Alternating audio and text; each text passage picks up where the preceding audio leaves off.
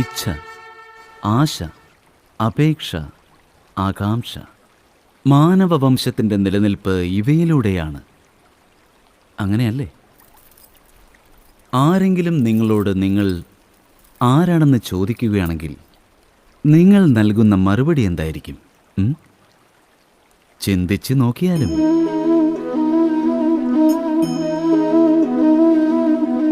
നിങ്ങളുടെ ആഗ്രഹങ്ങൾ തന്നെയാണ് നിങ്ങളുടെ ജീവിതത്തിൻ്റെ വ്യാഖ്യാനമെന്ന് അപ്പോൾ നിങ്ങൾക്ക് മനസ്സിലാകുന്നതാണ്. എന്തെങ്കിലും നേടുമ്പോഴുണ്ടാകുന്ന സന്തോഷവും അത് നഷ്ടപ്പെടുമ്പോഴുണ്ടാകുന്ന വ്യാകുലതയും അതുമാത്രമാണ് നിങ്ങൾ. മനുഷ്യർക്ക് ജരാനര ബാധിച്ചാലും മരണം കൺമുന്നിൽ വന്നു നിന്നാലും മോഹമെന്ന മായാജാലത്തെ മനസ്സ് കൈവെടിയുന്നില്ല. ആഗ്രഹങ്ങൾ അവരെ തുരത്തുകയാണ്. എപ്രകാരമെന്നാൽ വേട്ടക്കാരൻ ഇരയെ തുരത്തും പോലെ. എന്നാൽ ഈ ആഗ്രഹങ്ങൾക്കുള്ളിൽ തന്നെയാണ് ജ്ഞാനമെന്ന പ്രകാശവും ഒളിച്ചിരിക്കുന്നത്.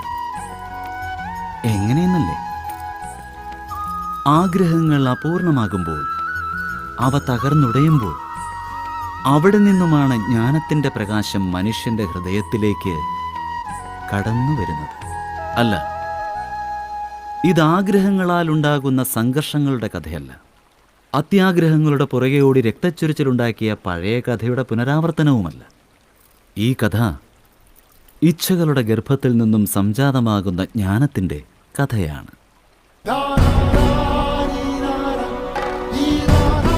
നാം വാസുദേവപുത്രൻ കൃഷ്ണൻ നിങ്ങളേവരെയും ഈ യാത്രയിൽ പങ്കുചേരുവാനായി ക്ഷണിക്കുകയാണ്.